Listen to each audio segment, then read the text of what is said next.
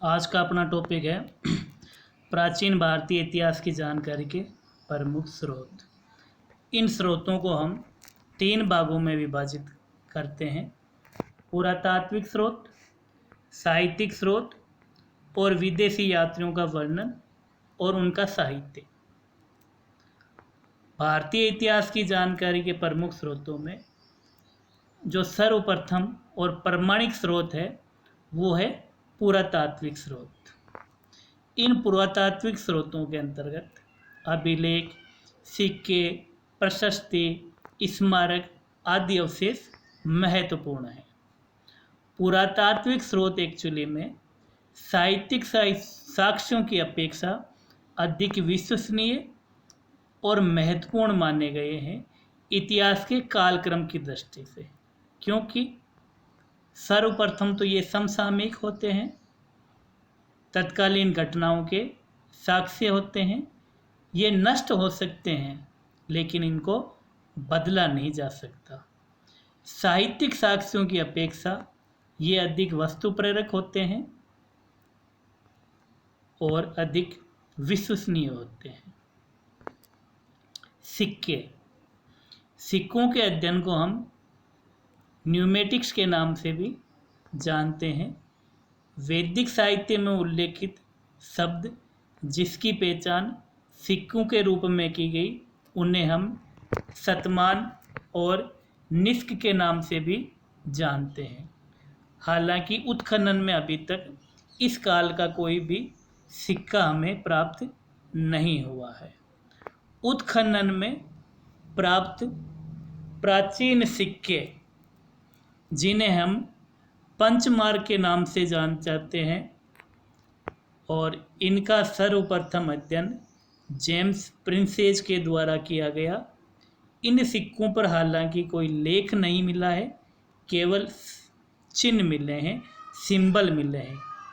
इनकी पहचान साहित्य में कापासन के नाम से की गई है। राजस्थान में विराटनगर, सीकर, चित्तौड़ और झालावाड़ जिलों में ये सिक्के बहुत अधिक मात्रा में प्राप्त हुए हैं। भारत में सर्वप्रथम लेख वाले सिक्कों का प्रचलन हिंद यूनानी शासकों के द्वारा किया गया। इनके सिक्कों पर शासक की आकृति, नाम, उनकी उपाधियां आदि उत्कीर्ण है। इन्होंने भारत में सर्वप्रथम चांदी और तांबे के सिक्कों का भी प्रचलन किया गया।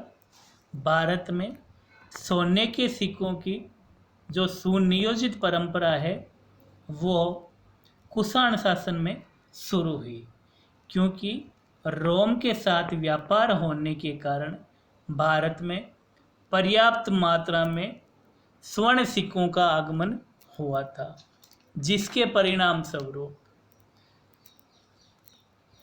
ईरानी, यूनानी देवताओं के साथ साथ भारतीय देवताओं के नाम और चित्र भी इन सिक्कों पर अंकित किए गए। कुषाण वंश के सबसे महान सम्राट कनिष्क एकमात्र शासक हुआ है जिसके सिक्कों पर महात्मा बुद्ध का नाम और उनका चित्र मिलता है। गुप्त साम्राज्य में सामान्यतः सिक्कों के प्रचलन चंद्रगुप्त फर्स्ट के समय का माना जाता है। स्पेशली स्वर्ण सिक्के, गोल्ड कॉइन है वो गुप्त काल में चंद्रगुप्त फर्स्ट के समय के हैं। गुप्त काल में सर्वाधिक सोने के सिक्के हैं वो कुमार गुप्त के समय के मिले हैं, तथा सर्वाधिक चांदी के सिक्के हैं वो चंद्रगुप्त द्वितीय के समय के। चंद्रगुप्त द्वितीय जिसने सकारी की उपाधि धारण की थी, अर्थात शकों को पराजित करने के उपलक्ष्य में उसने चांदी के अनेक सिक्कों का अपने साम्राज्य में निर्माण करवाया। गुप्त काल में जो सर्वाधिक सिक्के प्राप्त हुए हैं वो राजस्थान के भरतपुर जिले के बयाना कस्बे से प्राप्त हुए हैं। अब अभिलेख। पुरातात्विक स्रोतों में अभिलेख भी सर्वाधिक महत्वपूर्ण स्रोत है। अभिलेख से संबंधित अध्ययन को हम एपिग्राफी के नाम से भी जानते हैं। भारत में अभिलेखों की परंपरा है वो सिंधु सभ्यता से ज्ञात है, परंतु इन्हें अभी पढ़ा नहीं गया है, इसलिए इन्हें अभी प्रमाणिक नहीं माना जा सकता। अशोक के पूर्व के समय के 2 अभिलेख अथवा ताम्रपत्र प्राप्त हुए हैं, एक महास्थान से और एक सोगरा से। यह दोनों ताम्रपत्र में तत्कालीन शासकों के द्वारा अकाल के समय जो जन कल्याण के कार्य किए जाते थे उनका उल्लेख इनमें किया गया। इसी प्रकार एक ताम्रपत्र है वो अजमेर जिले के बडली ग्राम से प्राप्त हुआ है, जो जैन धर्म से संबंधित माना गया है। भारतीय इतिहास में अभिलेखों की वास्तविक और ऐतिहासिक परंपरा का प्रारंभ मौर्य सम्राट अशोक के समय से ज्ञात है। अशोक के समय के अभिलेखों का अध्ययन जेम्स प्रिंसेस के द्वारा किया गया। अशोक के अभिलेखों में प्रयुक्त भाषाएं प्राकृत, यूनानी, अरेमाइक और लिपियां हैं वो ब्रह्मी, खरोष्टी, यूनानी आदि। अर्थात अशोक ने अपने साम्राज्य में अपनी जनता को समझ में आने वाली भाषा और लिपियों में अपने राजकीय आदेश शिलालेखों और स्तंभों पर अंकित करवाए तथा जन सूचनार्थ अपने साम्राज्य में स्थापित करवाए। अशोक के अभिलेख स्तंभ लेख और शिलालेख के रूप में प्रसिद्ध हुए हैं। इसके अलावा रुद्रदामन का जूनागढ़ अभिलेख, जो भारतीय इतिहास के कालक्रम में विशेषकर सहायक है। इस रुद्रदामन के जूनागढ़ अभिलेख, जिसकी भाषा संस्कृत है और शक शासक रुद्रदामन के समय सुदर्शन झील के पुनर्निर्माण का इसमें वर्णन किया गया है। इस सुदर्शन झील का निर्माण सर्वप्रथम मौर्य सम्राट चंद्रगुप्त मौर्य के प्रांतपति पुष्यगुप्त के द्वारा करवाया गया था। इसी प्रकार खारवेल का हाथी गुम्फा अभिलेख है, जिसमें हमें ये जानकारी प्राप्त होती है कि यहाँ पर खारवेल से लगभग 300 वर्ष पूर्व मगध शासक नंद भी यहाँ आया था और यहाँ पर उन्होंने एक जैन मूर्ति स्थापित की गई।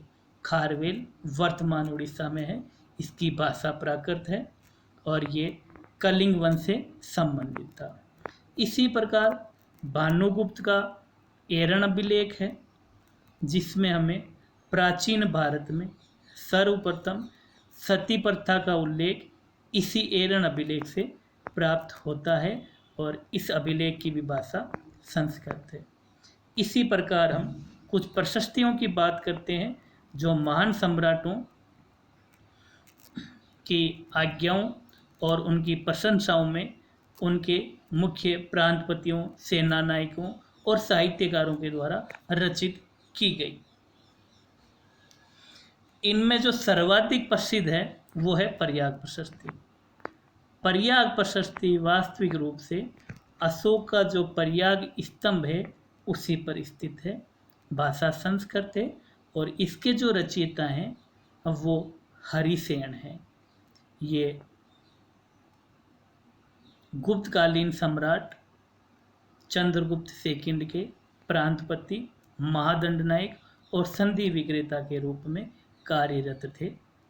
इसी प्रकार मंदसौर प्रशस्ति, जो कि गुप्त सम्राट कुमारगुप्त प्रथम के समय की है, इसके रचयिता वत्स भट्टी हैं और जिसमें मंदसौर में एक सूर्य मंदिर का निर्माण बुनकर समिति के द्वारा बनाए जाने का उल्लेख किया गया है। इसी प्रकार एक ऐहोल प्रशस्ति है, जो चालुक्य शासक पुलकेशिन द्वितीय की हर्षवर्धन पर विजय का महत्वपूर्ण साक्ष्य है। इसकी रचयिता रवि कीर्ति जैन है, जिससे हमें ये ज्ञात होता है कि तत्कालीन चालुक्य शासक पुलकेशिन द्वितीय ने उत्तर भारत के वर्धन सम्राट हर्षवर्धन को पराजित किया था। इस प्रकार भारतीय इतिहास के कालक्रम और व्यवस्थित करने में इन प्रशस्तियों का महत्वपूर्ण योगदान रहा है, जिससे हमें तत्कालीन सामाजिक, आर्थिक, राजनीतिक और सांस्कृतिक भारत की पहचान को सुव्यवस्थित करने में, इतिहास को कालक्रम और तिथिक्रम करने में बहुत ही मदद और प्राप्त होती है। इस प्रकार प्राचीन भारतीय इतिहास की जानकारी के जो स्रोत हैं उनमें आज हमने इसमें पुरातात्विक स्रोतों का अध्ययन किया। पुरातात्विक स्रोत मुख्यतः अभिलेख, सिक्के, प्रशस्ति, स्मारक के रूप में, और इसमें अभिलेखों के अध्ययन को हम एपिग्राफी भी कहते हैं। इसी प्रकार सिक्के और सिक्के के अध्ययन को हम न्यूमेटिक्स भी कहते हैं।